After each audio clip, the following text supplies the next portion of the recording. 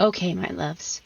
I know there are a lot of you that are out there that are really wondering, how do I even set boundaries anymore?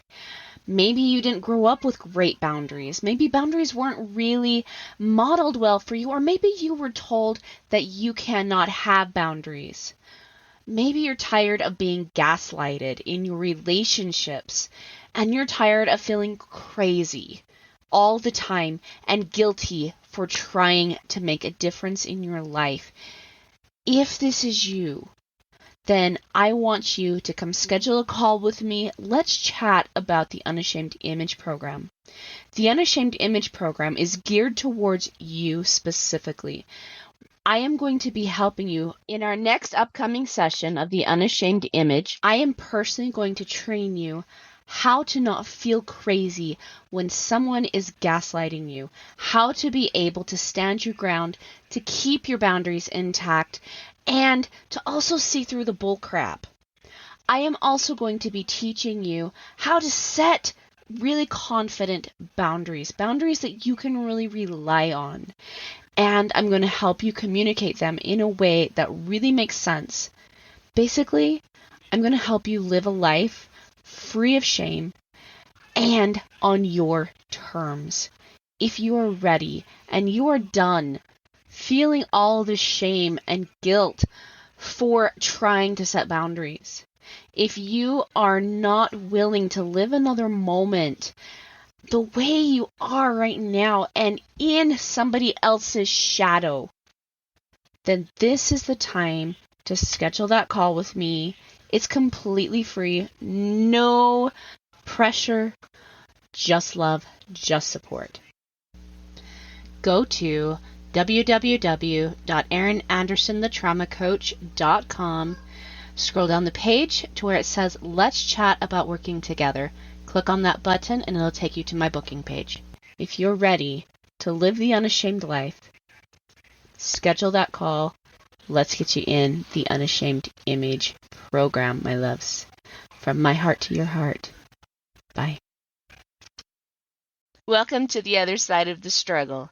This is a podcast where we talk about trauma, how to heal it, and then how to take it and use it to unlock your mission and your potential, and to use it to live your very best dream life.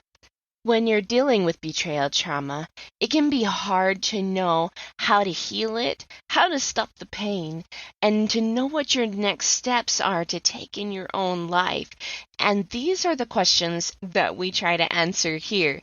Trauma has the ability to rob us of our joy and identity, which is why it's so miserable to experience. But with the right tools and with the right mindset, we can totally reclaim that joy and even use this trauma to strengthen ourselves, so that way trauma does not knock us off of our joy again. Living your dream life should be a non-negotiable, but trauma tends to try to negotiate that with you. And even though trauma is not something that we will completely ever be free of in our life, the pain is negotiable.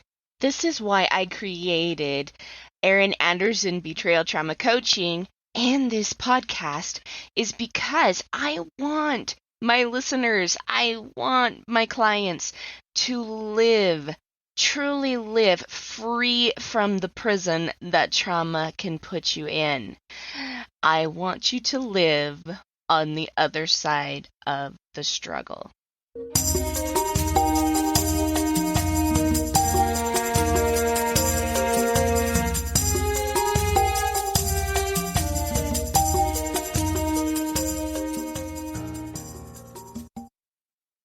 Trauma can be a beast.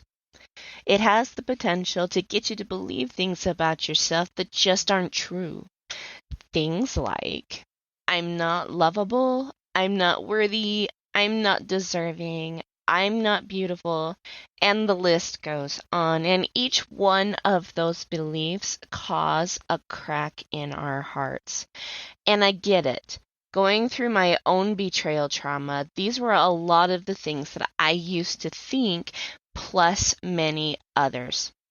So, when I had the meditation to see each one of those cracks as a way of healing, and not just of healing a flesh and blood heart, but the ability to heal a flesh and blood heart to gold, was transformational.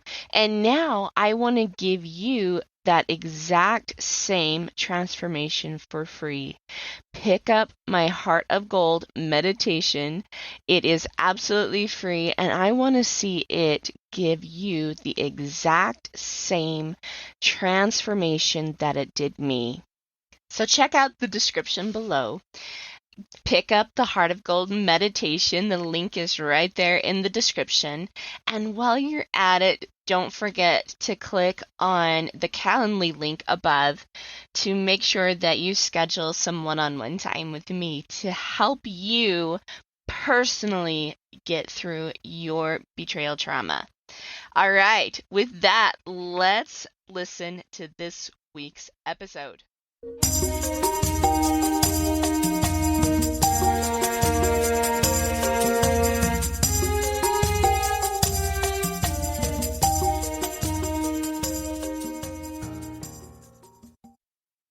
Hey, my listeners, welcome back to another episode of The Other Side of the Struggle.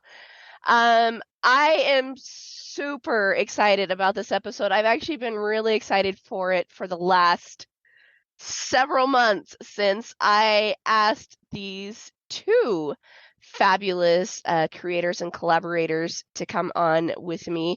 They've both been on this show before. Both of them gave just like the top-notch kind of energy and top-notch interview, and actually both of you guys' interviews are still gaining some serious traction on the platform. Both of them have been over like I think 75 downloads at this point. Yes, for both of those interviews. And so I'm like, it made a lot of sense.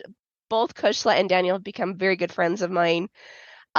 I love their brains. I love their energies. And for a Christmas gift to you guys as my listeners, I just couldn't think of anybody better to ask back than Daniel and Kushla. So I want to welcome them both back to the podcast, guys. Thanks for coming. Thank you for having me here. Super excited to be here. Merry Christmas, everybody. Yeah, Merry Christmas. And also give me a little bit of grace, listeners, as you listen to my hoarse voice today. I've had a bit of a cold, but I could not pass up this opportunity. It's just like, I'm excited. I can't wait to get this wisdom going, this energy. But today's podcast, we are talking about drawing upon the greatest gift ever given. And as we know, the reason why we have Christmas gifts and the reason why we have those beautifully wrapped packages sitting under the Christmas tree that are probably at this point where the podcast is going to launch have probably been open at this point with stuff strewn all over, which is fabulous. Like, I'm excited to see that in my own home. But we know that the greatest gift ever given is Christ. And I know personally for me, I have had to draw upon him, healing from so many different parts of my life. And I know I'm going to need to continue drawing upon this beautiful, gorgeous energy that has been given to us. And I have seen Kushla, like I've been working with Kushla for the last 6 years, and I have constantly seen her energy just consistently grow, change as she has gone after goal after goal after goal and achieved those things. And I know like her background and the things that she has come from. And I've seen Daniel do the same thing. Like, I just love Daniel's energy of just, it's good. Like, there's just so much abundance around me. I'm so grateful. There's so many gifts. I get to choose from any single one of them. And like, I love this about both of you. And hence the reason why I was like, we got to talk about this. So I want to go ahead and start with Kushla, especially since, we've got the longest working relationship.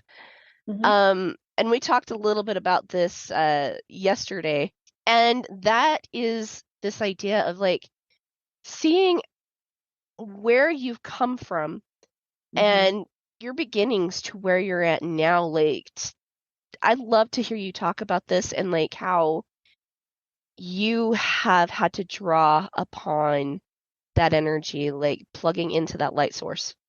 So how far back are we going? That's the question.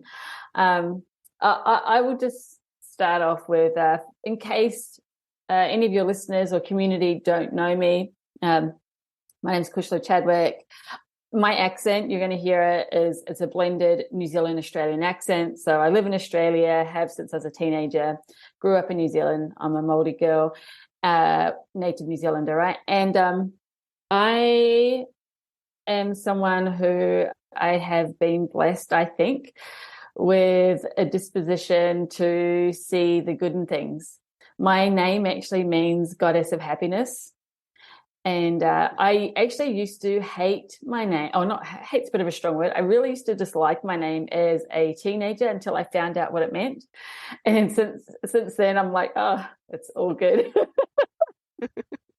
And but anyway, my background as far as my work goes, so I'm the founder of the Confident Coach Academy. I love coaching my clients. I coach women primarily and help them to create highly profitable coaching businesses. And I have my own life coaching business as well. And so I have had the fortune of seeing people in all sorts of situations and backgrounds and help them to have some massive transformations. For myself, as far as where I've come from, I think we'll probably talk about some of my experiences further back as I think about my relationship with Christ as we go through, and maybe as you ask some of the questions. But I just, for a bit of context, so I know that a lot of your audience are members of the Church of Jesus Christ of Latter-day Saints. Yeah, they are. Yep, and I am also. But I have been since I was a child. My father converted to the church when I was 4 years old. But I was not always active in our faith. Between the ages of 12 and 19, I decided to have a little hiatus. And so I've had some really interesting experiences, and I think I have a family of five, and I think many of the experiences we've gone through as a family have really helped me to look at my relationship with Christ. And I will dive into all of that as we go on. But I just want to say again, thank you for having me on here. I'm excited to hear about your guys' relationships with Christ as well, and what you do to keep that connection going.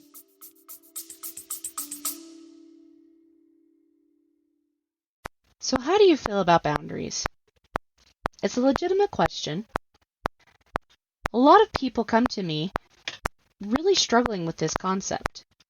They often feel guilty for setting boundaries, or they're not sure about even what a boundary is. They've heard the term, set the boundary, things like that, but that's really confusing for them because it's not something that's well taught in our society nowadays, right? They know that boundaries are really important to having healthy, constructive, supportive, and wonderful relationships, but why? And oftentimes they also know that they feel like their boundaries are being violated, but they can't quite pinpoint what the boundary is that's being violated. That's why I've created the Clarifying and Creating Your Boundaries free PDF. You can find out what your boundaries are, how to tune in to what the boundary needs to be, and how to effectively create and communicate your boundary so that way you stay in this place that respects you, respects the other person, but also gives you the confidence in your boundaries so that way you stop being gaslighted, disrespected, and unseen. So having your boundaries really clear gives you a voice and also helps the other person stay in accountability with themselves. So that's not a role that you have to take on anymore. So if you are ready to really have clear boundaries, to really understand what your role is in the boundary, and to give yourself some safety and some protection against people that might try to gaslight you or are just being disrespectful, go grab my Creating and Clarifying Your Boundary PDF at erinandersonthetraumacoach.com. And while you're there, let's schedule a call with me. Come have a chat with me so that way I can really, really help you master this particular skill, creating boundaries, clarifying the boundary, communicating that boundary, and so that way I can also help you have relationships that show up to support you, cherish you, and love you.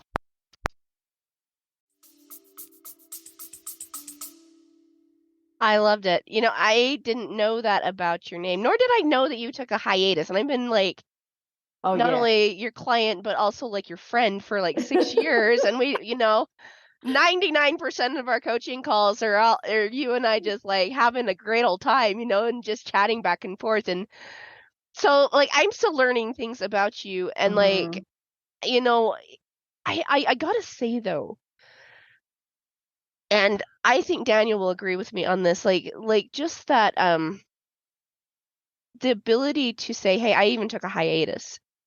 I actually think that there's something valuable there, like something to be said. Because, yeah, because sometimes, like, I know for me, I got to a point too, like where I was, in a very deep state of trauma one time, and I was like really questioning if, like, not only just the gospel, but if there was a God and if he really cared about me. Yeah. And so, Daniel, I just really feel like the question for you at this point, because, like, tell us a little bit about your background and, like, what do you think about like the just taking their hiatus a little bit from that relationship with Christ? Like what's the value in that? Like, I know you have something like spectacular to give on that. Yeah, where to go? Well, I love the intention. Like, I always know you have so much intention. And like, as I know you guys can't see this, but like Daniel just always sits in this for a second, and like his eyes go up to his brain, and he's like searching for this like perfect answer, and he always gives it. Like, this is why I'm like, oh, I can't wait to hear what this next piece is. So you asked about my experience. There's lots of facets of it. Our home was on the Orthodox side of the LDS tradition, like no Diet Coke, no swear words, no mention of sex. Oh, I guess occasionally my mom was like, it's really sacred. And other than that, it was kind of like, don't really talk about it. Don't explore it. I get that actually. And my dad was always in priesthood service, and, we wore suits every week. And one of my primary values is freedom. And it's been an interesting juxtaposition to be in such a committed tradition. Yes. From both a time and an energy place, right? Because my experience with the church is like very high emphasis on service, very high emphasis on making meals for people, on collecting fast offerings, on if somebody's moving, you need to help them move, very high emphasis on spending time in each member's house to make sure whatever. I mean, I remember being 14 and there was somebody in our ward that lived down the street that had struck his wife often, like lots of domestic, like police coming to their house often. Oh. And we were like first call for them. My dad was first call for them. They were like, hey, we don't really know what to do. And then the second time it happened when the wife and the kids had left the house and been like, hey, if this is what it is, like, we're gone. And he was there. The father was there, just taking a long, hard look at life, and we were the first call, right? And so, like, church for me has always been very demanding, might be the right word, and a That's very okay. high level, right? And it's like, as I've gone through different coaching events and different deep dives and spent time with different people, they're like, "You've never tried coffee?" And I'm like, "I've never tried coffee." And they're like, "What the hell? Like, how can you never have tried coffee?" And it's like, I don't know, I just haven't. And they're like, "Because you can't." And it's like, "Well, no, I've just chosen that's like not what I want to be part of my life. Like, I'm just high on life. Like, I don't, whatever." So a lot of my experience is unique coming from such a strict, like, I still haven't watched a rated R movie. I haven't either. It's okay. Yeah. It's okay. We can all like share our total acceptance and like I am Aaron. I have never seen a rated R movie. I will get that out into the open right I had no idea. You know what I mean? And it's like, the Our ratings longer are I different from your go, guys, so yeah. Well, and it's like we have such different experiences, and culturally it's so different, right? Like, I was Yes. in Brazil for a while, and there's no rating system in Brazil. So like, movies are movies. Like, there's no Maybe you no did rating watch system. a rated R and you didn't know it. Well, I didn't watch anything while I was there, right? I was just talking to members. So like, just to hear so many people's different experiences, right? And I was over at my friend's house one time, and like, his wife was watching striptease or something, and he could see that I was like not watching the show, it was just like in their living room or whatever. And she was just like, "Oh yeah, this is my favorite movie." And I was like, "Yeah, what do you like about it?" And we're just talking about it. And he's like, "Dude, why aren't you watching?" And I was like, "Oh, I don't know. I've just like haven't really explored very many movies that way." And he was just like, "Wait, like ever?" And I was like, "Yeah, I, haven't ever watched one." And he's like, "What?" Like, so it's interesting when you ask about hiatus, because I've been on this like hyper orthodox path Ah, where for the very first time in October, I missed my first week at church because I chose to run a Spartan race instead of go to church. And it was the first week that I've ever been like available to go to church and didn't go. wow. So I'm coming from this hyper orthodox side of things where like I've never really had a hiatus. And so like I carry a unique perspective, and it's not because I think I have to. Uh-huh. It's like, this is how I have felt called to bring ritual and to bring ceremony and to participate in that. So that was a long winding answer, but that's okay. part of the context. Yeah, no, it is. Totally is. And I gotta say, like, I get the Orthodox side of that because, that's definitely the kind of home I grew up in too. And that's not like saying that was necessarily a bad thing or anything, but I I know for me personally, um, like the Orthodox side of the religion, um, and I'm like, this is kind of opening up a discussion about the gospel of Jesus Christ a bit, but yeah. And that's okay, right? Because that's what Jesus is all about, is his gospel, right? But it turned out to be more of an abusive situation for me personally, and that's part of the reason why I was like, really, what I want to be involved in. Is this really what this is all about? And and it caused a lot of questions in my mind, but my own personal experience was and I'll just say this, it was the first time I had ever really contemplated suicide, and it was really at that age of 14, which is really an interesting age. Like all the people, like a lot of people have had like deep, really spiritual experiences at that age. You know what I mean? Um, When you think about Mary, Mother of Jesus, when you think about yeah, Joseph Smith, yeah. yes, yes, and like my own children, I've noticed like my teenager, he's 15 now, but he really went through a transformation at 14. Like there's something about that age. I want to find out what it is. But for me, I was 14. I remember specifically, and I was doing the dishes because I knew that if I didn't, my mom was going to come home and have an absolute meltdown fit on me. And I was experiencing a lot of abuse at school, a lot of abuse in the home, and really questioning whether or not I had any worth.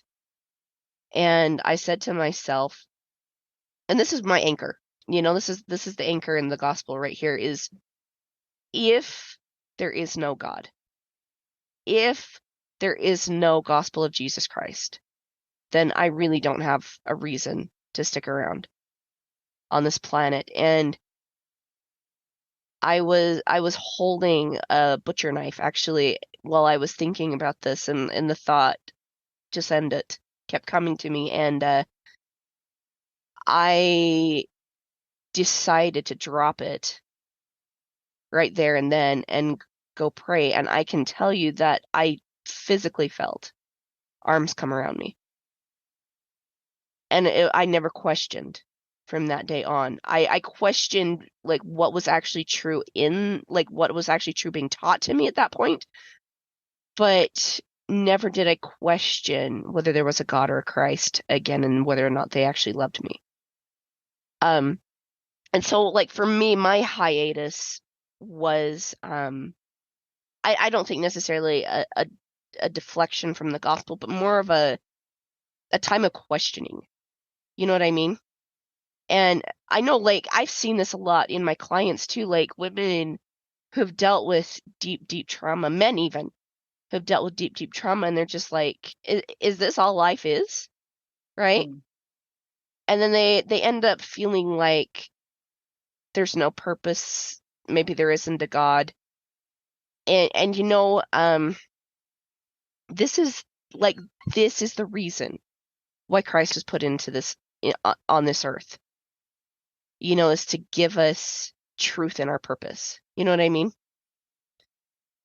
Well, I personally, if I can share, I feel like it's one of many reasons, why he's here. Yes. And there are many reasons, and a lot of them we can just look at his name, Redeemer, the Word, Creator, the Great I Am, the Shepherd.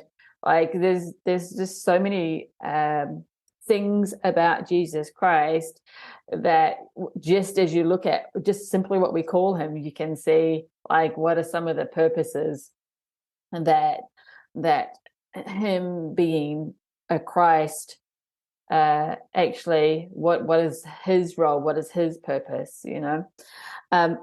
I will say, even though I mentioned I took a hiatus, can I give a little bit of context to that? Yes. Yeah. So please.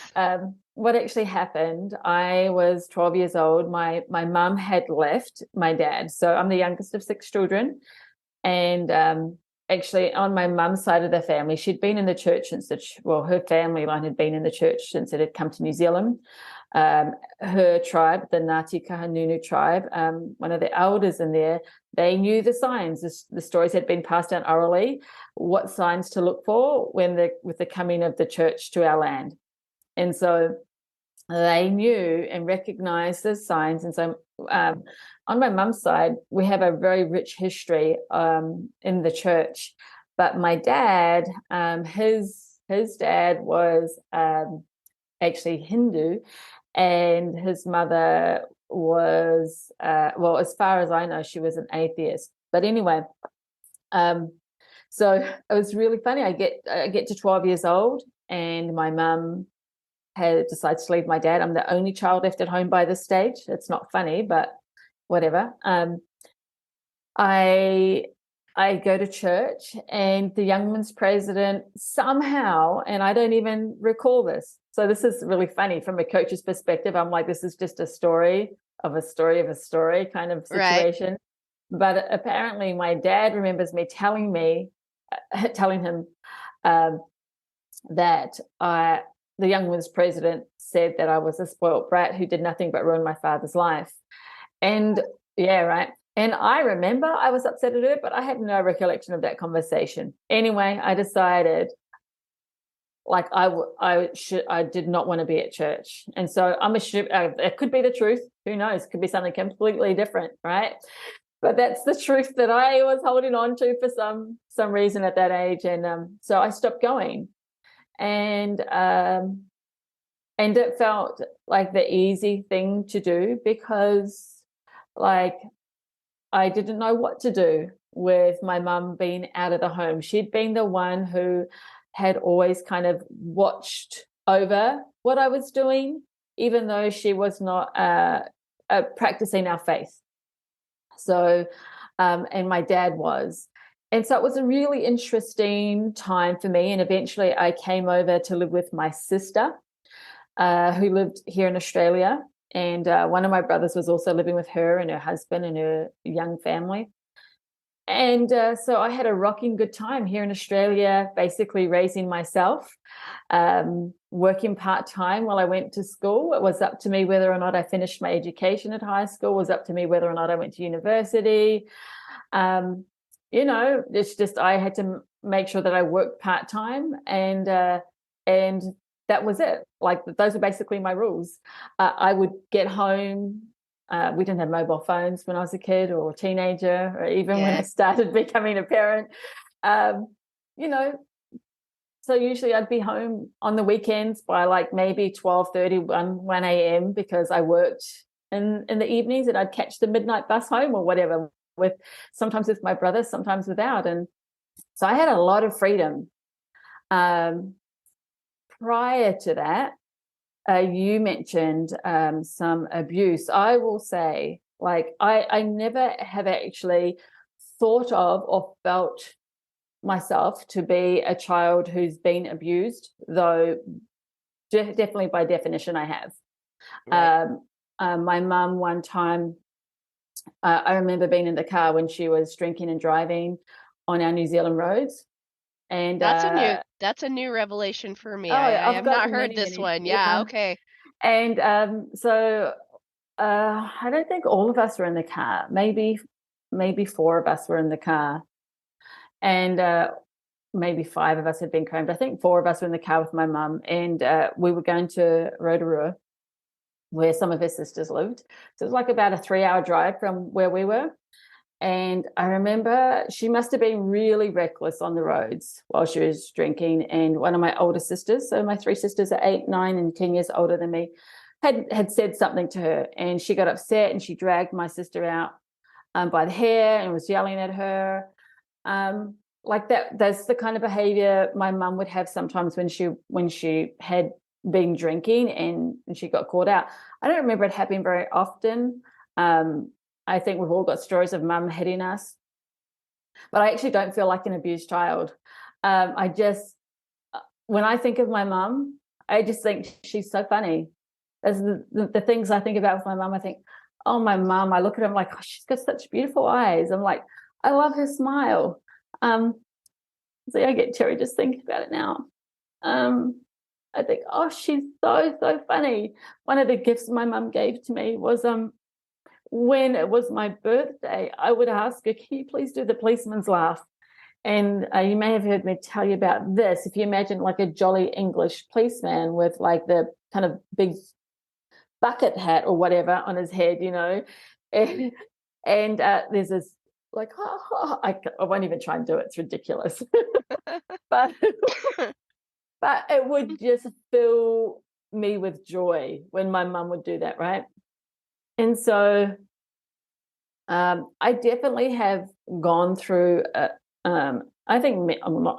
many abusive things, but I believe that when we are very deliberate and thoughtful in what we think about our experiences, and of course this is what I believe, otherwise I wouldn't coach, right? Right. That we can really, really change the story of our lives, and it can really help us move forward. I'm not delusional at all about the experiences I've gone through and that I continue to go through, because life is 50-50. It's like really sweet and extraordinary, and it's also equally difficult and challenging. And I know I've shared some of the things that I am currently going through with you just recently, Erin. It's always both of those things. Sometimes it feels like, oh, no, everything's just been amazing this year, but maybe the year before was like super difficult. Or maybe you're like, for 3 years, this has just been hard, like nothing good's happening in my life. But maybe you're forgetting that, for years before that, there were a lot of amazing things. And so I think life is always both of those things. But when we are intentional about the stories we tell ourselves, the perspective we bring to it, when we're willing to get in and do the thought work, look at our feelings, explore them, and then bring all of that to Christ, then it's just like game over, Yes. or not game over, game on. It's Yes. game on in terms of really what kind of life we can create for ourselves with Christ. Yes, I agree. And like you, you were one of the ones that helped me see. I remember like coming to you the first time with the Confident Coach Academy, and still having a lot of stories about my mom, stories about my husband still, and I can say, to this day now, no, I don't really think of myself as abused either, because yes, there was abuse, but it's not a title that Not a I want label to you. claim. You know what I mean? It's not something I want to claim. The event or the behavior Yes. doesn't need a label or a role to it. Yes. It's simply not simply, it's an experience that you experienced and you're present for it. And it doesn't need a role attached. It doesn't need a label attached. Yeah, at some point in time. Absolutely. Yeah. Yeah. So Daniel, tell us too about you. What is something in your life? Because like I don't know your origins quite like I do Kushla's, but I see where you're at now, and you've got just such a fantastic light, and I recognize that myself, as the light of Christ. And that doesn't come just by, living life without intention. You know what I mean? Like that's an intentional thing that you have gained. So I would love to hear your experience with this as well. Like, tell me, like, how did you come to the place of just this light? A great question. And I appreciate being seen. Oh, you're welcome. It's hard not to see it. It really is. Like, that's one of the reasons why I'm like, I love Daniel Adams, is because of this light. Well, and what's ironic is it's like I'm just me. Mm-hmm. Like I know I'm in here somewhere. I know there's some kind of I am that notices that I'm the one having thoughts, and I notice there's some kind of I am, and they're noticing that I'm having feelings and that I'm having experiences, and that I can witness other people's experience.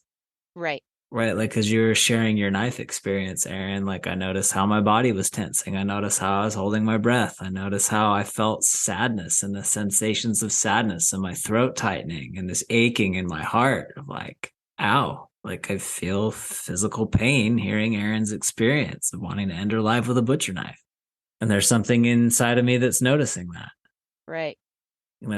Kushla, I heard your experience of your mom dragging your sister out of the car by her hair. Like I felt sadness. I felt tears welling up. These are things that I noticed. And it's like, I'm me. Like I don't wake up in the morning and it's like, how can I develop my light today so that people will see me on the internet? Right? Like that's, how can I look awesome for my clients today? Like I've never had that waking up. Well, yeah, and I'm not looking awesome for my clients today either. This is why we're not doing this on YouTube. Like, Daniel and Kushla are both looking at me with these beautiful, bright pink curlers in my hair, and nobody needs to be subjected to that except for Kushla and Daniel. Grateful to witness. Right, but we talk about the question of light and where does this light come from? I love Dieter Uchtdorf's. In 2016, he gave the talk about the church that got bombed in Dresden. And in there, he talks about discipleship isn't like hammering ourselves into becoming something. It's letting go of all the things that we're not. And it's this process of just simply setting down the excess of who I thought I was. And that's always really resonated with me. As we explore the conversation today around Jesus and what Jesus means in our lives and in my life, I see so many facets of him. And from an early age, I've always asked to be his hands and to be his feet and to be his heart. I love that. And I think there are rituals and ceremonies. It's been cool to meet so many different people. Like I have a group of friends that like I counted one time in 20 minutes, they said the F word 214 times. Just because it was like, whoa, there are a lot of these. I'm going to start tallying them up. But I just set a timer, Oh, it was 20 gosh. minutes. It was like, okay, Wow. Okay, cool. All right. that's some pretty salty language, right? Yeah. And it's like, and I can play in that when it's needed. And the more I read about Jesus, like he didn't hold back either. No, he Like, didn't. right? Like the traits I observe in him, and related to your question about light, I see Jesus as transparent. I see Jesus as fully authentic in every situation. I see him as sometimes he did need to stand up and say the thing that he knew he was going to get stoned for, and he did that. I also see him as the man who stood up when, the woman taken in adultery was getting framed by the religious leaders who arranged the whole thing, who were, one of them was literally committing adultery with her. Right. Talk about hypocrisy. Yeah. Oh my goodness. Yeah. Right? Like, don't Yeah. let Well, it get lost that some Pharisee was having sex with her at the time they yeah, caught her, seriously. right? Well, and the intention behind that too. Like, you see the intention behind that. Like, it was literally a ploy to bring him down, Sure. you know? And for him to be fully authentic and transparent in that moment, to fully and completely know the law of Moses, because he was the one who gave it, and to satisfy both the demands of the law and to satisfy the demands of justice. Woman, wherefore are thine accusers? Go thy way, sin no more. Like he could say whatever needed to be said because he was just fully authentic and transparent, right? He told his family off when they were out of line.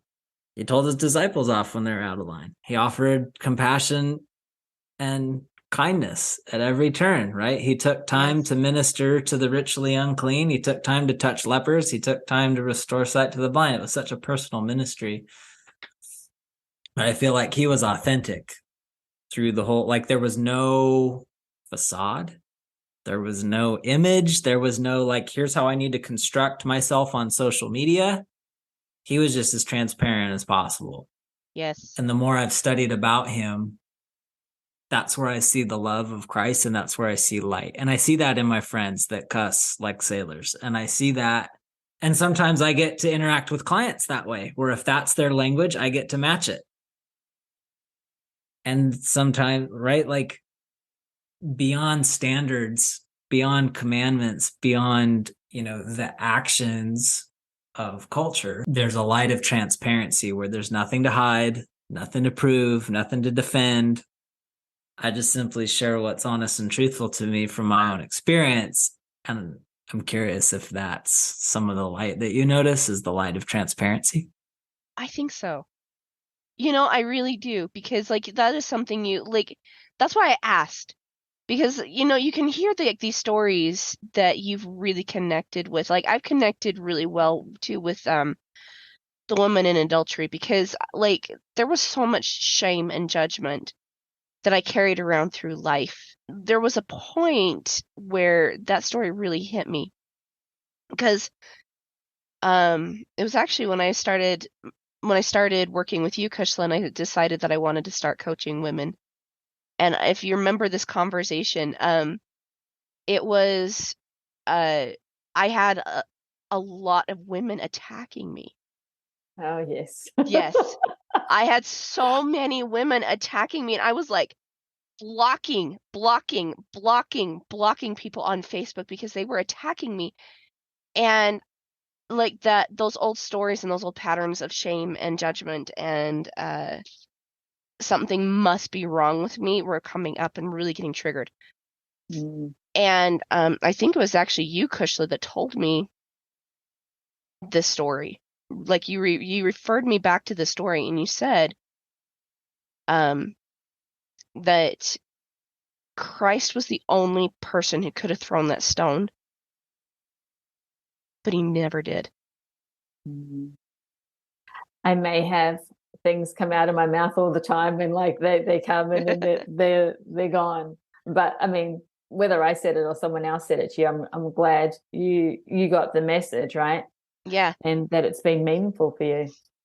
Well, and that's one of the things that I've personally adopted too, because like I see the light of Christ in both of you, you know, and especially working with both of you and getting to know you both, and like just like loving your stuff, like who you guys show up to be and how you influence other people. Like it's made an impact on my life.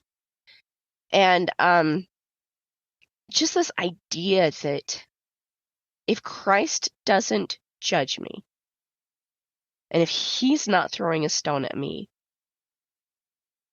why am I allowing others' stones to land so hard? Such a You know? relevant question. Yeah. Yeah. We were speaking at a Relief Society event, like women's conference, stake women's conference a couple of weeks ago. And one of the points we kept coming back to was love and compassion exist outside of behavior. Like they're not conditional. Yes. And to taste that love of Jesus, where it's like he loves me outside of behavior, and he loves rapists, and he loves crappy moms, and he loves abusive jerk faces. Like the love remains independent of the behavior. Yes. And like to truly let that land creates really deep change for me. Yeah. Mm-hmm. And for Yeah. other people, right? And I feel like this is at the core of the gospel of Jesus Christ. Like he first loved us, period. Yeah. Yes. And like, you know, go ahead. Sorry, go ahead. I was just going to say that was like such a major transformation for me, you know, in my healing process from going from feeling like I was constantly abused, constantly the black sheep. I remember that being a story I told myself all the time was, I must be this black sheep, right?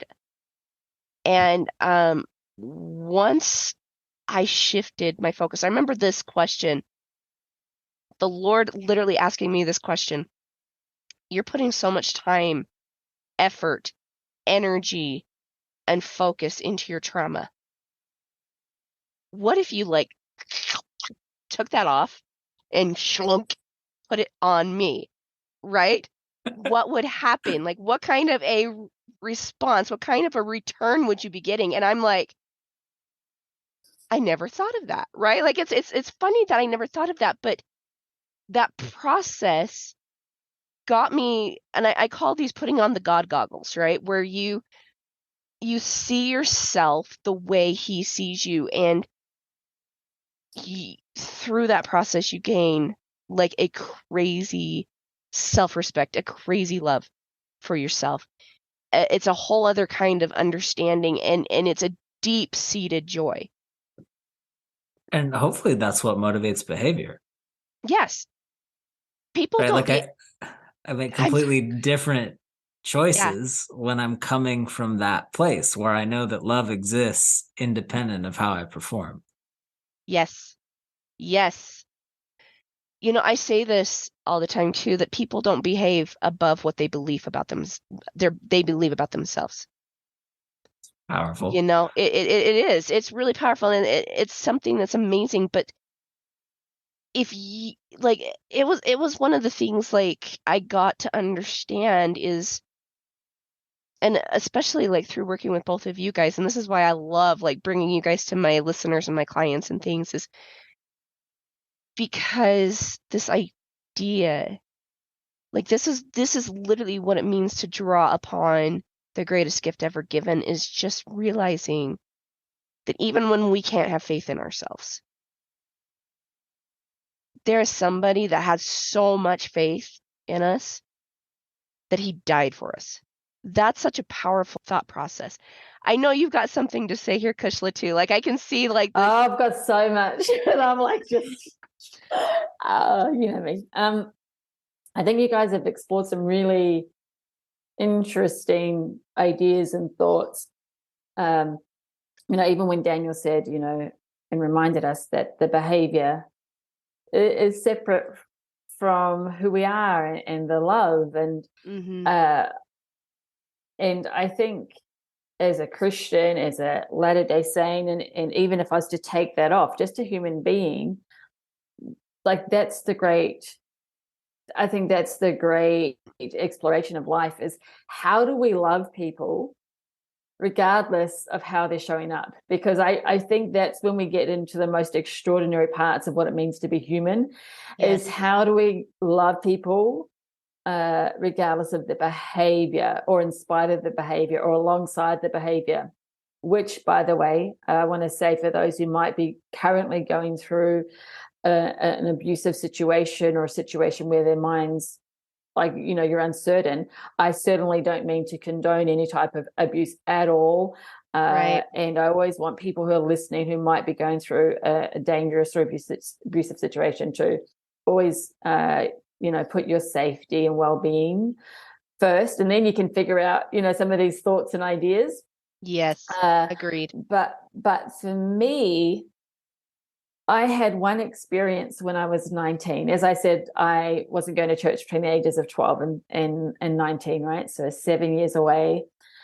And that one experience, one time, has been enough, and I know will be enough right up until I die. And in that one experience, I got a glimpse of how much God loves me and how much Jesus loves me. And that honestly has been enough to sustain me in it. And I'm constantly aware that he loves me in an extraordinary way, because I felt his love at a time where I was like doing things that, people, as a Latter-day Saint, often we're like, oh, if we do this, then we'll get this blessing. If we do this, then we'll be able to, it's very checklist, very conditional. But that's honestly not the way that Christ loves us, in my opinion, at all. Not at all. He loves us in and through it all, through all of it, all the time.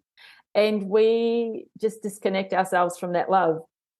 And so I think, because I've had some of my most spiritual experiences when I was like doing some of the most unspiritual things in my life, or like during that time, and I still felt God's love for me, I was like, oh, wow. So since then, if I make a mistake, or if I see someone else making a mistake, it just doesn't even matter to me. Like, it just does not even matter to me. When I think of, so I'm just reading Daniel's comment there. Daniel's comment. That's a good comment. Good question. Yeah, and so I'm aware, for me, that when I see behavior, or I hear a client talking about something difficult they're going through, right? Or I'm going through something difficult myself, like, we are all loved all of the time. And that doesn't mean we get to free ball. It doesn't mean that we have permission just to do whatever the heck we want, whenever we want. But it's something really important to remember, that we are always loved. And so for me, what that means is I'm very quick to get up again. Part of the reason people don't realize sometimes, like yourself, Erin, that I'm going through a difficult thing is because I process through stuff like really quickly. Right. So quickly that sometimes I forget that something really hard and traumatic happened last week. And I'm like, it's like, I literally sometimes forget the hard things, because I'm like, I've dealt with it. And it's no longer relevant to me in my life. And so I don't know, some interesting thoughts come up. And when you think of light and Christ, for me, I think the way that I experience other people's light, and, light, the amount of light that's going to and through us, like the light of Christ is in and through everything, right? We know this from the scriptures. But the light that we have, the amount of light that we get to radiate out from us, it can go up and down at any given moment. But when we're intentional about the way that we love people, and when we've made some decisions, and like Daniel said, he doesn't get up and think about, oh, how much light do I want to, about like this very intention. I don't mean intentional as in like I want to look the certain way or appear to be the certain way. It's the complete opposite of that, right? Yeah. But it's like, and it's not even sometimes how much good can I do today, right? For me, it's actually who I am. I'm like, I expect opportunities to serve to just come up because I made some decisions a long time ago about who I am. I think in time you make decisions, Yes. and then the amount we talk about, I mean, not that the amount of light you see or don't see in someone else is even relevant to conversations a lot of the time, right? Right. But for those who do perceive light in other people, you might have these questions like, why did I feel so good around them? Like, what are they doing differently? Why do they always seem so happy? Yes. And I think a lot of it isn't like intentionally every day, like just thinking this is what I want to do today.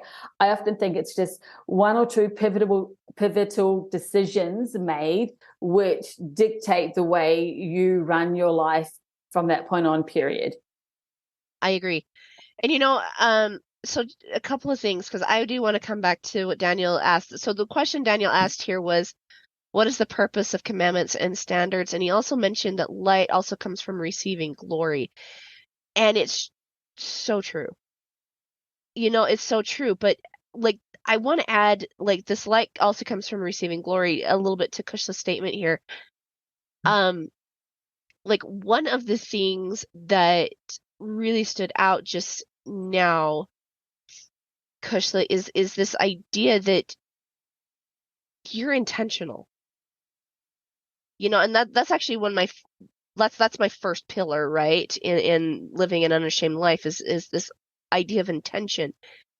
And everything that you were talking about became a creed.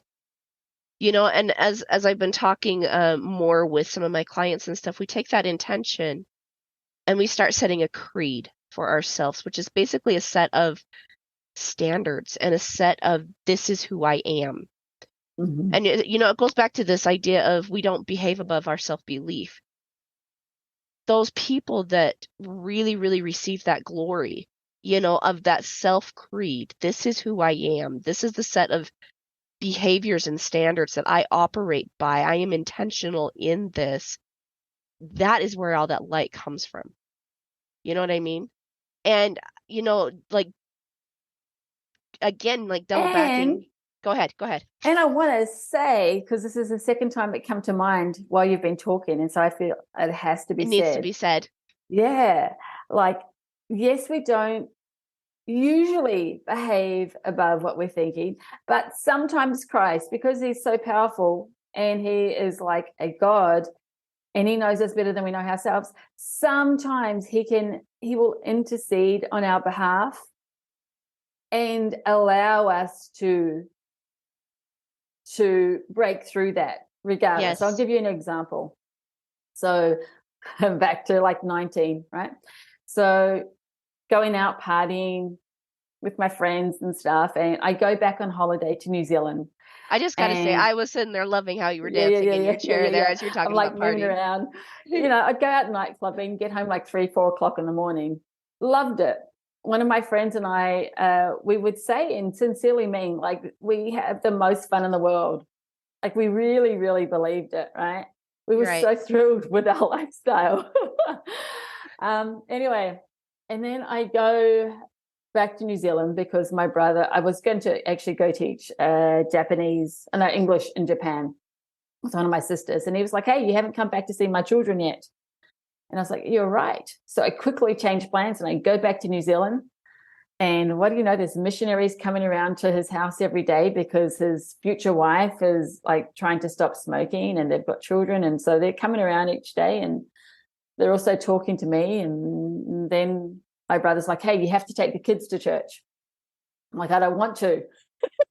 And he's like, you have to. I'm working because he used to work in the bush, like cutting trees and stuff down, and he's like, you have to. And being the youngest of 6 children, from a lot of my life, you just follow along with what your siblings tell you. You're like, you have to do this. Okay. I see that. So you do it, right?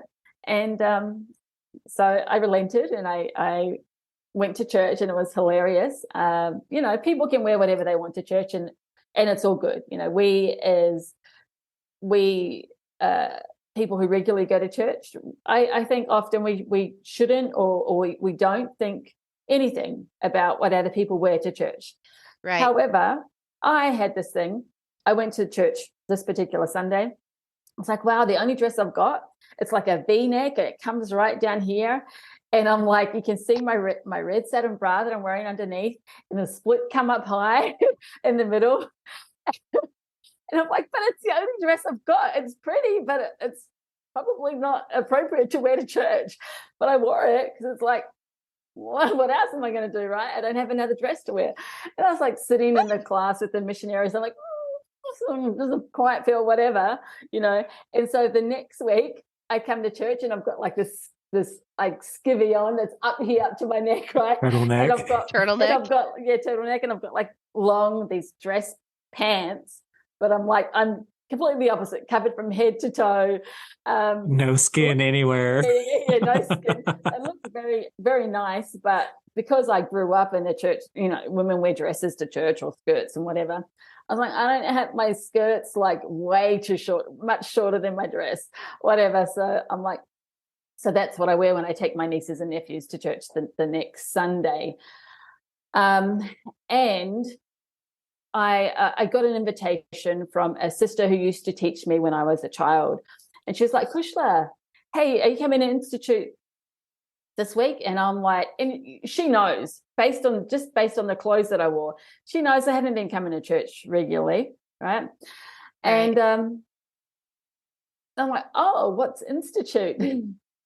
What's and this? For those of you who don't know, it's like a religious class for adults, generally for adults kind of a certain age, like 18 to whatever, 18 to like 30 or something. And I was like, oh, what is it? And she's like, oh, and she explained, and she said, this year we're learning about Doctrine and Covenants. You should come along. And I was like, well, actually, and this is true, I'm like, I'm going out for a hike with one of my friends that day. I won't be able to make it, sorry.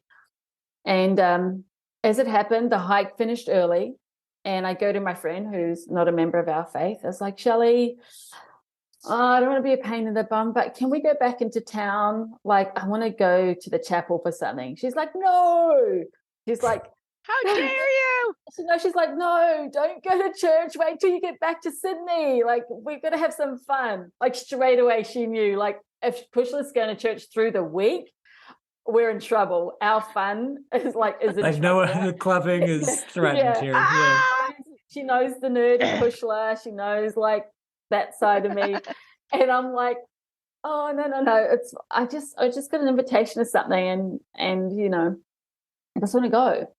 And she's like, oh yeah, it's okay. So we go back into town because we'd finished our hike early. I go to this thing. I don't even know what to expect.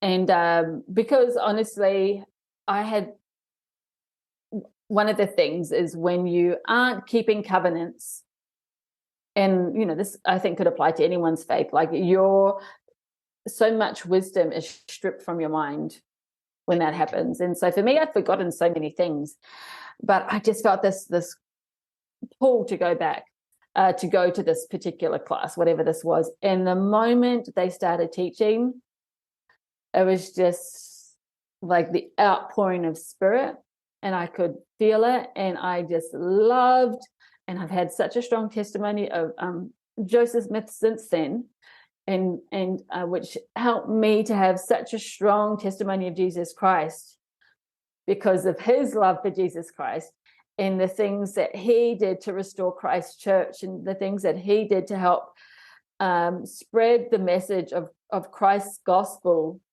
throughout the world. And it was just such a great experience for me as I went through being someone who's like, doesn't care a thing about what's happening as far as church goes, right? Living my own good life. But God had other plans for me.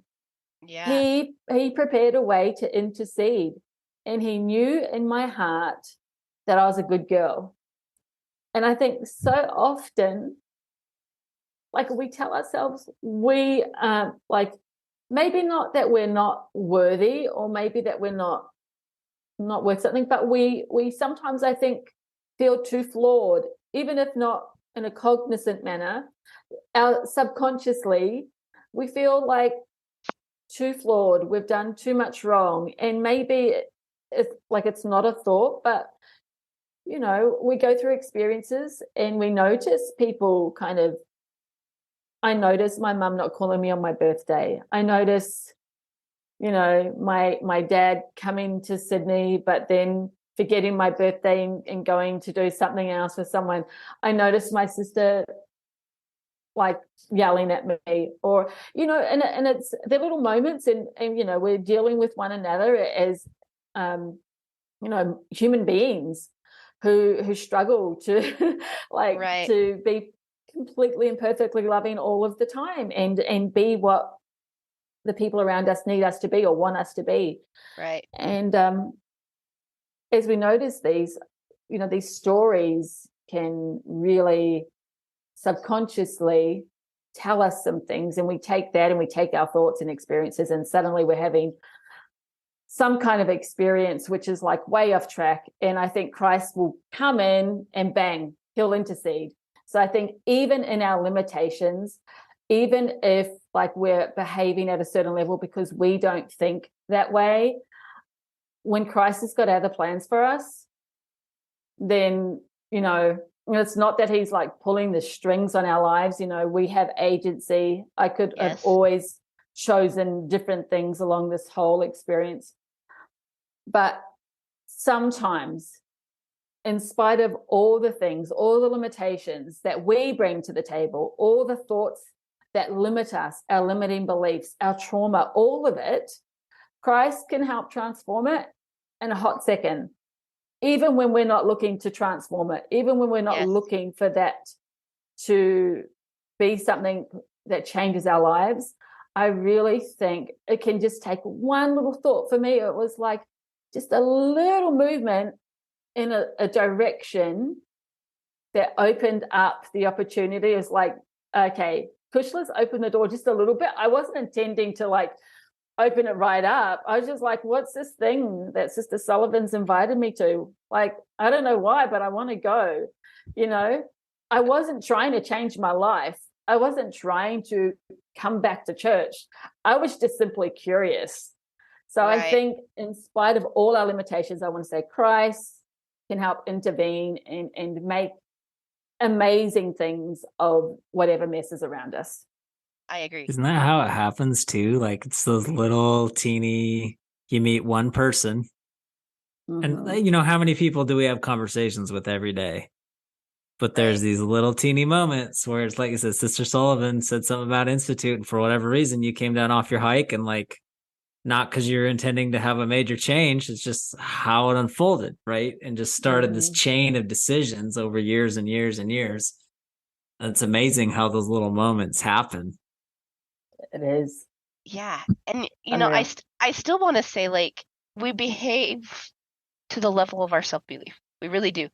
But for you, what happened is it changed a bit of your self-belief. It changed, like you said, I am a good girl. I saw, that I'm a good girl. I want to say, though, that came later. Those feelings came later.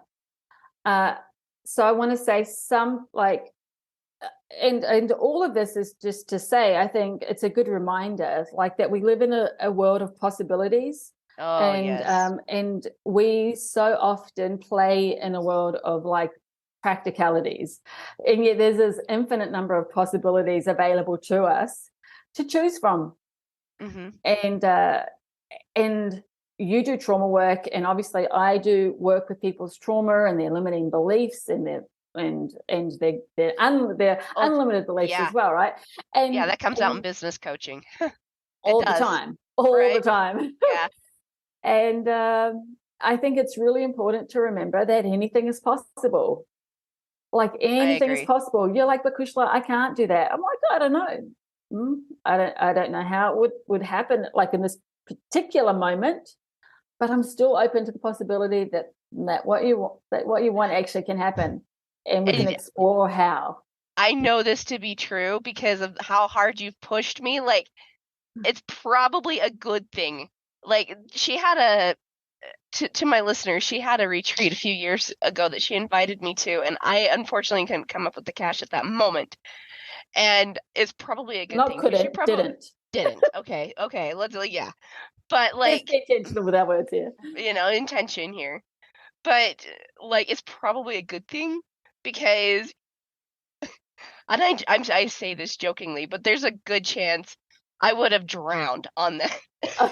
Okay, yes. Yeah, you would have been like, push, row harder, Aaron, come on, because of how hard you push me. But it's a good thing that you do.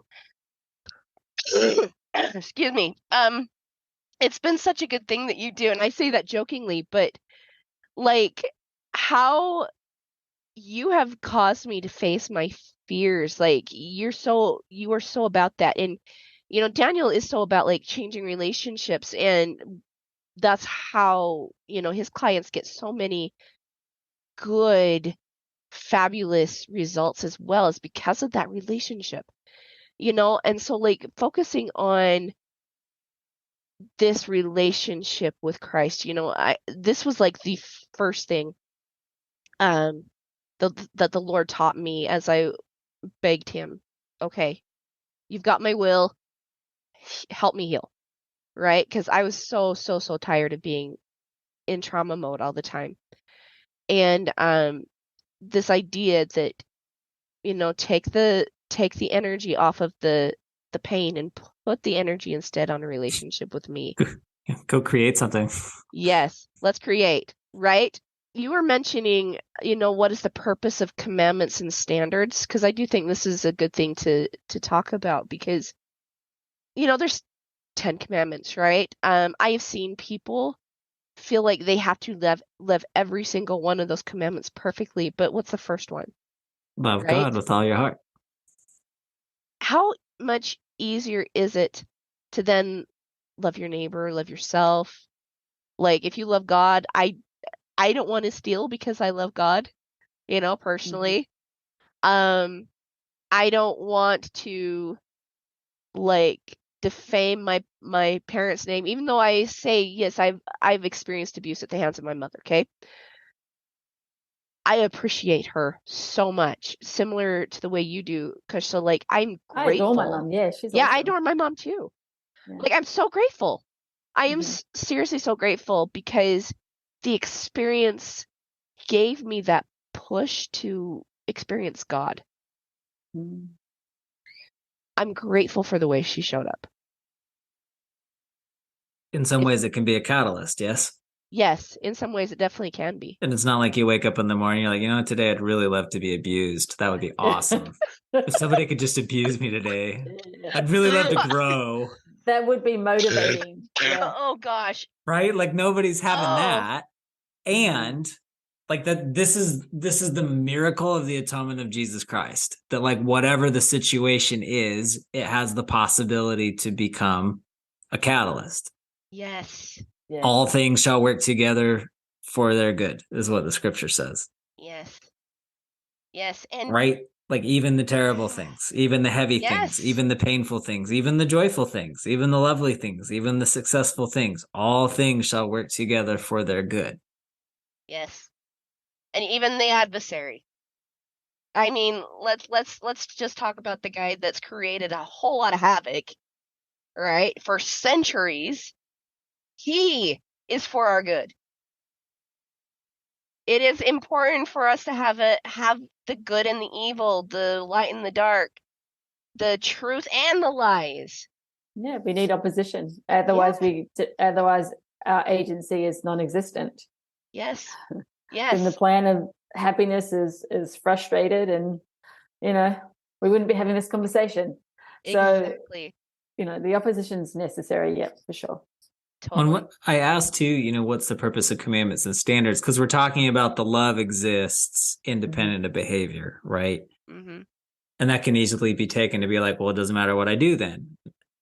Like, okay, so what's obedience for? Who is obedience for? What is the purpose of the law? What is the purpose of having commandments and standards? And I think there's a number of scriptures that point to like they're physical reminders to get us in harmony with universal laws. Mm-hmm. Tithing is not because the church needs your money. Tithing is not because God needs your money. He's the supreme creator of the universe. Right. Why would he need you to pay him? That's the stupidest thing I've ever heard. He could sit there and just rub his fingers and create whatever he wanted to, right? Right? Yes. And what if tithing is not for him? What if it's not for his church? I mean, a lot of cynical beliefs out there about what, where tithing goes. But like, there's an eternal principle of how the universe works. It's called the law of circulation. When I give with a willing heart and open myself to receive, what I give out comes back. That's just how it works, right? Like exchange creates wealth. That's just how it happens. Every time there's a transaction, it creates more money. Like that's the law, right? And so like, here's a commandment and standard that if I choose to obey it and align with it, I'm opening myself up to this eternal law. Yeah. And so to look for, what's the purpose of the commandments and the standards? They're for me. They're for my growth. They're for me to align with my goals. They're for me to align with my values. They're for me to align with the way the universe is designed. Not because God doesn't want me to have sex and we do, however many years of not having sex. And then all of a sudden you get married and it's like, do have sex, right? Like there are laws underneath being able to create other human beings. So like, let's learn how to use that and wield that and be intentional with that. And everything else you create through that too. Like I had I had a foreign exchange student from Switzerland, never grew up in the gospel, right? And that was one of the things that she asked me is what's the point of this commandment of chastity? Yeah. And I explained it to her like this. I don't have the pain of comparing my husband to someone else. It's a possibility, right? Right? I don't have that. And I get to create such a beautiful, loving relationship with him because he and I have been each other's only. And so, like there's so many pieces of that ability to create, not just in, sexual things, but like we are creators ourselves. I mean, this is why, Daniel is all about the creator community, right? I mean, if you look at Daniel's Zoom thing, creator is right there in his thing, and it's all about this ability to create, and this is why we draw upon Christ, and I think this is a beautiful way to wrap up here. It's just saying and recognizing what kind of a creator we truly want to be, because it's such a beautiful energy, and drawing upon Christ to me personally has given me that mission and purpose, and having that mission and purpose and my talents and even these things called trials, they've all given me a way forward into this creation. Just to wrap up here, Daniel, let's start with you. Tell me, what kind of creator have you been inspired to be now because of the draw you get from Christ? I appreciate Jesus' example of how he stewards life force energy. Oh, I love that. And there's a lot there. Yes, that is definitely everybody something feel to into chew that. on. Go Lean pray into on it. that. Go read Abraham, the creation accounts in Abraham and Moses and in the endowment session, and play with that, right? Jesus is a great steward of creative life force energy. And what's that made out of? And go have all your curious questions and let's have more conversations. So for me, and this is the role of commandments and standards for me. Right. What is going to help me to channel my creative life force energy. Recently, that's been meditation. Recently, that's been breath work and cold showers. Recently, that's been opening myself up to receive more money than we've ever received before and using it to do good in God's kingdom. There are different practices that go along with the principle. And to your question, it's important for me to be the person who does what he says he will, or say no, commit to less, and nail it. Let my yeses be yes. If it's a full body yes and it lights me up and I can honestly, truthfully, joyously say yes, I say yes and I own it. If it's anything else, I say no, thank you. This isn't a fit. And now I'm not lying, right? This is Jesus. Like, I love the way Jesus showed up in his integrity, in his authenticity, in his transparency. And that inspires me to continue to say yes when it's a yes and say no when it's a no. And that frees up a tremendous amount of energy, creates a tremendous amount of trust for myself and for others who are in relationship with me, because they can trust there's no facade there. It's just truth. Right. Oh, I love that. I really do love that. And, having this creation of truth, standing up for the yeses, being a gracious knower, Yeah.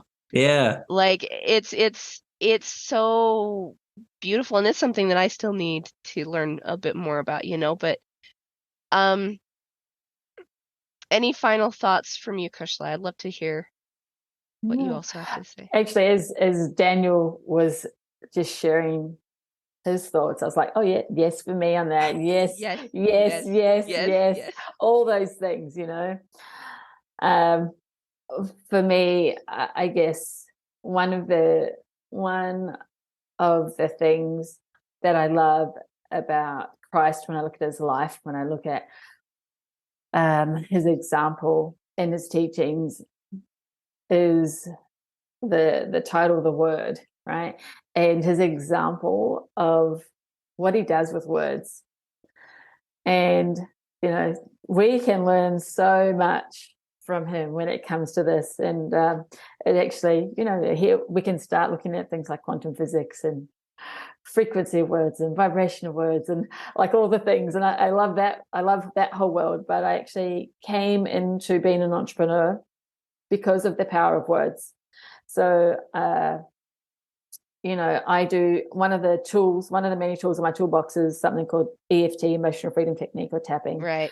And as part of using that, we get very intentional with the words that we use. And something at the end of it, like just a general phrase at the end is, I love and accept myself. And I have seen the craziest things heal because of those words. I love and accept myself. And I can't help but think of, like, those words are powerful because of Christ, right? Christ is love, and his love emanates in and through everything. And we get to be creators in our own lives. I don't look at a mountain and say, mountain, go down, and see the mountain go down necessarily. I'm not saying it's not possible, but I do get to play creator in things like, my health, my relationships, my money, my environment. Like, those are really in my face ways of me playing with being a creator and trying to follow, some of the ways of Christ as I try and follow all of the ways, but, some of the ways as you dive in and the power of words. I just think I would like to remind people just to be very thoughtful in the words that we use, get very intentional, know that you can literally change the quality of your life through the words, the thoughts that you have about yourself and others, the feelings that you have, and you give words to them, right? But you can create the life you want. I have done EFT on myself, been in a hot, snotty mess, right? I remember one day sitting in the grass in the backyard, and I was feeling I was like, why am I, what was it? I was like wanting to reduce the hours so that I could pay, like, help my daughter who was going through anxiety at the time. And I was like, why is my family not more financially free? And I realized I had some trauma around something called funnels. For those of you who know marketing, you'll know what a funnel is, and you'll know, like, they can be a whole lot of fun depending on what kind of funnel you're trying to create. Hence the reason why you're so good at helping people overcome trauma from the funnels. I know this, yes. And so for me at that time, I was like, oh my goodness, I've been holding back because I have funnel trauma. And I was tapping on this whole situation and crying about it. And the next day when I made like $30-something thousand in sales, right? And it's to do with words. It's to do with the words we tell ourselves. It's to do with the words we, like, the meaning we give to the words that others say and that we say. And so, you know, I know that when I look at Christ, he created worlds without end. Like, he spoke and worlds were created. And I'm sure, like, you know, when we look at different accounts of the creation, a little bit more than just speaking went into it. Right. Like, there's a process, but that is part of the process. And it's like a very pivotal part of the process. The words we tell ourselves, the words we're using when we want to create something. So I would just like to give some encouragement to our listeners, just to say, hey, if you haven't at this point in time created what you wanted, or you feel like you're so far off creating what you want, get intentional with your words. Mm-hmm. And obviously, if you want to know more about that, then, you know, you can, I'm sure, reach out to Erin or Daniel or myself. Yep. But get intentional with your words and know that it is possible for you to pivot and create what you want. Words are powerful. Their creation. Christ is powerful. His love, his light emanates through everything. The opportunities you desire, or the opportunities you need, you might not even desire them. They're there and waiting, and sometimes your words can, like, pull them to you in an instant, right? All the resources you need to line up for your goals, they're there. Sometimes we just need to get intentional with the words we're using, so that the universe, which, you know, Christ has created a world with perfect order. And, you know, Daniel mentioned one universal law. There's many universal laws. When we get really intentional with our words and we understand the power of our words and the power of what we think about the words that we're using, right, we get to play in an entirely different game. And of course, like, you know, I talk about thought work and energy, and I use energy work, but it's all possible through Christ. You know, absolutely. I actually, you know, I have clients who are members of our faith and clients who aren't. And I don't tend to talk about God and Christ in my program. It just isn't necessary for me to. But, you know, my understanding is it's all him anyway. Like, any good that's getting done, it's all possible through him anyway. And if we will get intentional with our words, I want your community to know, like, you can change your life. And often, in my experience, so much faster than you realize. Like, you can give yourself whiplash at the speed of which you can change your life. Well, going from $0 to $30,000, you know, overnight, that is kind of a whiplash, kind of like, whoa, that happened quick. I've had many whiplash moments, many whiplash moments, in a good way. Love it. Same here. Thank you guys for hopping on with me today. I really appreciate you sharing this in your experience and your hearts with me and my listeners. I for sure have gained, like, so much more to add to my creed and to my own personal light. Just hanging out with you guys. It's just the best.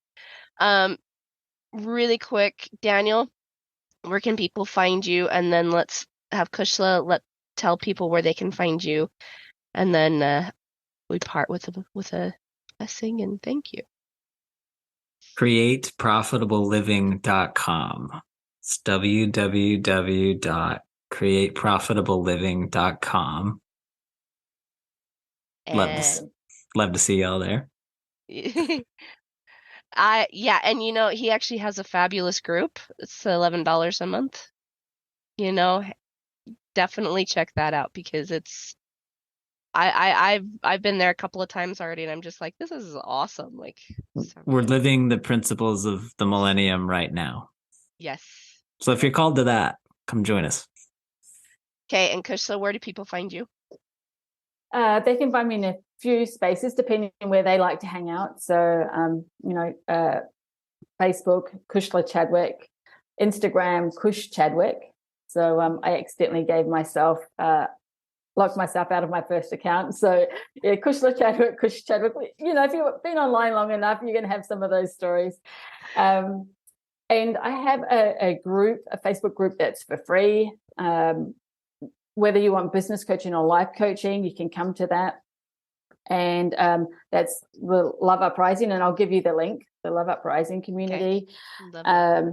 But mostly I've got a free gift, actually, I would love to give your clients, and that's a free call with me. So the free call goes for like 25 minutes, and I'll help you break through in one area of your life. So if you want to jump on and have a breakthrough call, just go to calendly.com/Kushla/BBA.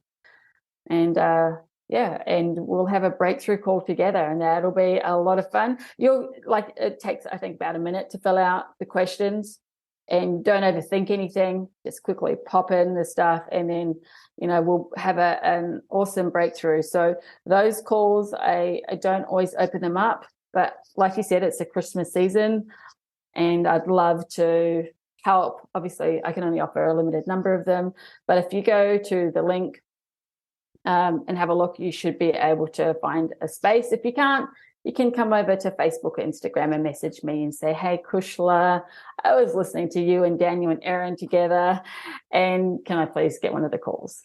Awesome. And that's also, always something you guys can do, with me as well. So Daniel, Kushla, thank you so much for hanging out with me today. You guys have given my listeners just the best. Such a good call. And we'll definitely have you guys back again. I would love to have another one where both of you are here again, because just awesome, great stuff happens here. So thanks so much, you guys, and have a fabulous week. Bye.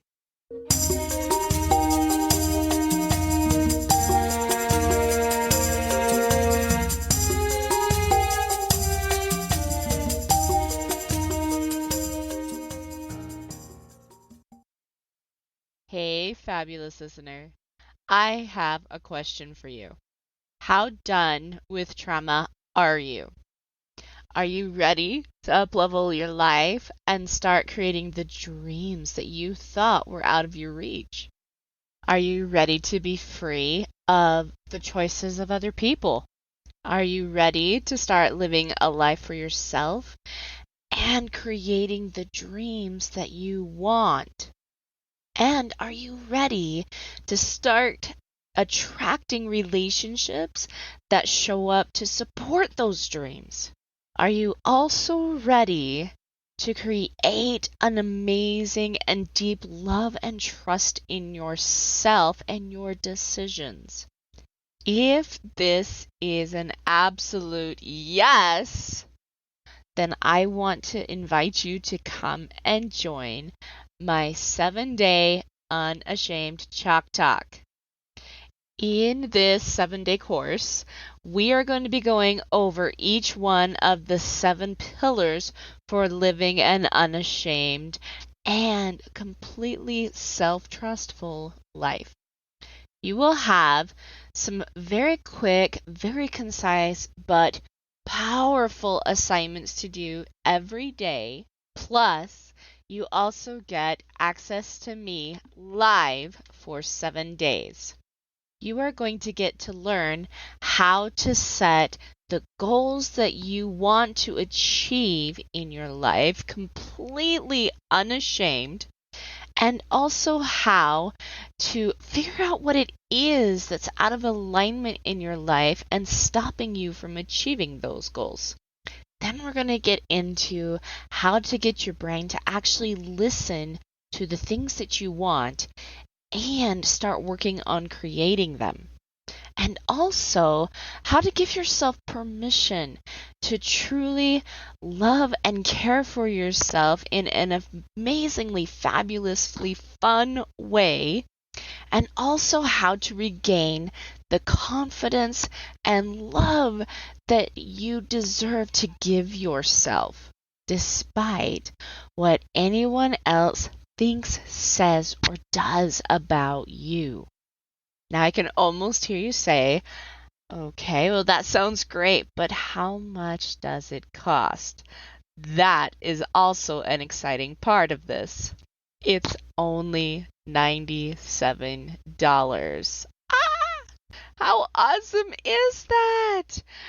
For only $97, you can start creating the changes you want. There's literally no reason for you to not click on the link in the description below and get started. Come join me today in the Unashamed Chalk Talk, and I'll see you on the other side.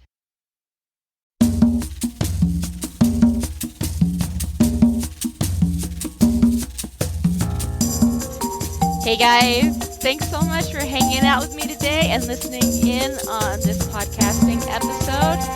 Don't forget to tune in next week. It's gonna be awesome.